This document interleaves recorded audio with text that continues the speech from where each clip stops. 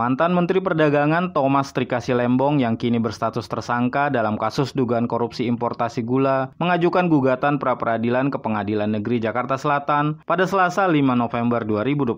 Thomas Lembong menilai proses hukum yang dijalaninya penuh kejanggalan dan tidak transparan. Tom Lembong yang menjabat sebagai Menteri Perdagangan pada periode 2015-2016 disangka terlibat dalam korupsi importasi gula periode 2015 hingga 2023. Tim kuasa hukum Tom Lembong menyebut tidak ada bukti yang cukup untuk penetapan tersangka dan tidak ada kesempatan bagi kliennya untuk membela diri.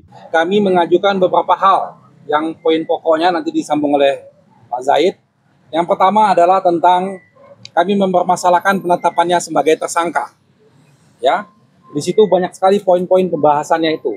Antara lain misalnya tentang pada waktu proses penetapan sebagai tersangka tidak memiliki dua alat bukti yang cukup. Pada kesempatan itu, kuasa hukum juga mempertanyakan soal alat bukti yang dimiliki oleh Kejaksaan Agung.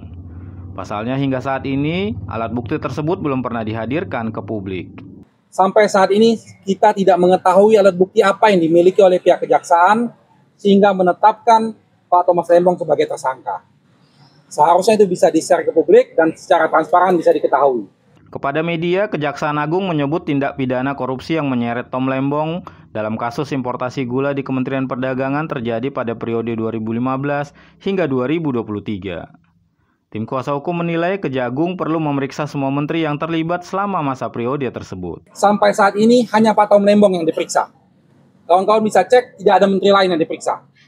Sedangkan Pak Tom Lembong itu menjabat hanya 1 tahun, 2015 sampai Juli 2016. Artinya periode yang selanjutnya bukan Pak Thomas Lembong lagi. Selain itu, tim kuasa hukum juga menyoroti tentang tidak adanya hasil audit yang menunjukkan kerugian negara, serta dugaan penyimpangan prosedur penyelidikan oleh Kejaksaan Agung. Karena itu, melalui gugatan pra-peradilan diharapkan ada kepastian hukum bahwa proses hukum terhadap Thomas Lembong dilakukan dengan transparan dan sesuai dengan ketentuan yang berlaku. Dari Jakarta, Yakob Rebong melaporkan untuk QNews.co.id.